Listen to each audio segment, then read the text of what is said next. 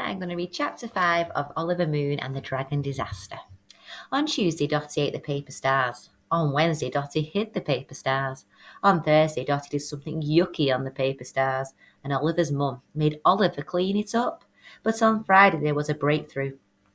Oliver magicked another set of paper stars, and this time the little dragon did actually set fire to them.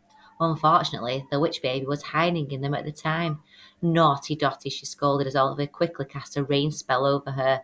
Yucky Dotty. Oliver had quite gone off the dragon. The witch baby wasn't keen on her either, and as for his parents, well, we're all for finding her a new home. I wish she'd just disappeared back to where she came from, Mr. Moon said gloomily, eyeing the scorch marks on his favourite pointy hat. But Oliver couldn't let Dotty go so easily, because by now everyone at Magic School had heard that she was going to be at the parade with Oliver, and everybody, even Mrs. McLizard, had said how much they were looking forward to seeing her. He just had to go through with it. The day of the parade dawned bright and sunny. As Oliver and Dotty set off after Wizard Snivel and his colossal cauldron, Oliver's tummy churned as if he'd eaten 200 tentacles. Please let Dotty behave, he prayed. The parade wove around the town centre and out into Cacklewitch Park, through the crowds of cheering witches and wizards.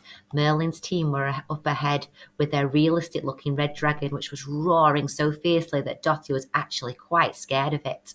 Mabel's team were all dressed up as trolls and singing a funny troll song together. There were white witches, shapeshifters, and magic monsters. There was even a friendly giant stomping along, taking great care not to crush any of the festival goers. Whoosh! Snivel magicked the first stream of red and purple stars. They floated down through the air, sparkling in the sunshine. Blast! Oliver told Dotty as the stars rained down. Dotty ignored the stars completely and trotted along, her nose in the air. Look, don't be a silly dragon, I said. Oh, never mind, sighing crossly. Oliver snatched his pointy hat off his head and stuffed a handful of stars into it. Why, oh, why'd he never thought of this idea before? Blast! He ordered, pointing at another pile of stars. Dotty, singed Hattie Toad Trumper's dung beetle costume instead. Hey, she squeaked from behind her mask. Cut that out. Sorry, Oliver sighed, stuffing more stars into his hat. He was starting to wish he'd brought along some bin bags after all. Dotty still hadn't burned a single star.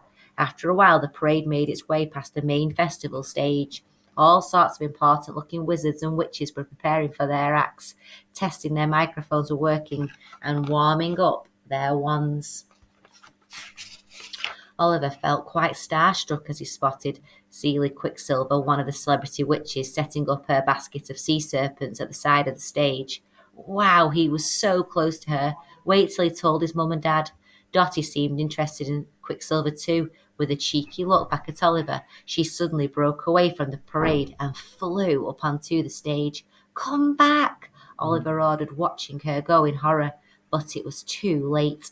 With a whoosh and flames, the dragon had burned a hole in the basket, and seconds later there were sea serpents were escaping everywhere.